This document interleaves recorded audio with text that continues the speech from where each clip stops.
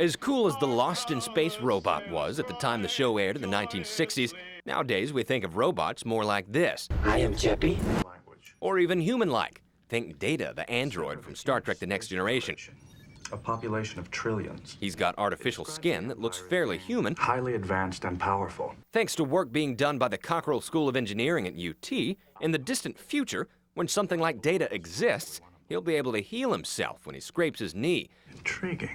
UT's Dr. Guiwa Yu is the brain behind the newly developed self-healing gel that doesn't need light or heat to work on its own. Our gel is so special, you don't need any external stimulus, so they can regain the functions after its damage. Dr. Yu says the initial implications are to improve energy storage. For instance, the Tesla Powerwall. When it hits the market, it will end up powering entire homes. Dr. Yu says battery electrodes can swell during cycling. The gel can fix that on its own, of course. So if the Tesla is going to adopt these next generation materials that can make the batteries much more efficient and much more cost effective, I think this is going to be where our gel will come to play a critical role. Dr. Yu says there are plenty more applications for the gel, though. Electronics, biosensors, the medical field, and robotics. For instance, non-humanoid robots like a Mars rover. You cannot send the human to induce their self-healing properties. So our special gel is the right materials. A couple of floors away from Dr. Yu is Dreamer. Dreamer is a humanoid robot funded by NASA.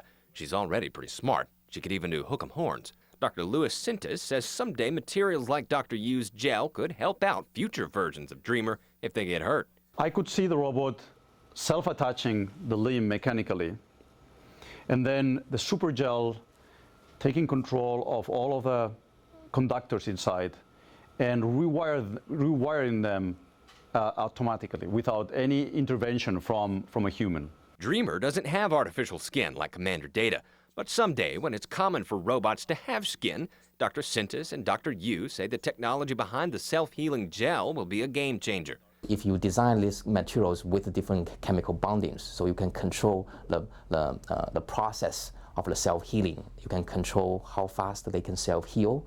So it can be like a range from a few seconds to like a few days. This skin is going to allow these humanoids to become superhumans in a way, because they're going to heal right away in the same way that we heal after an injury, but we do it in weeks. These guys are going to do it in minutes. Casey Claiborne, Fox 7 News.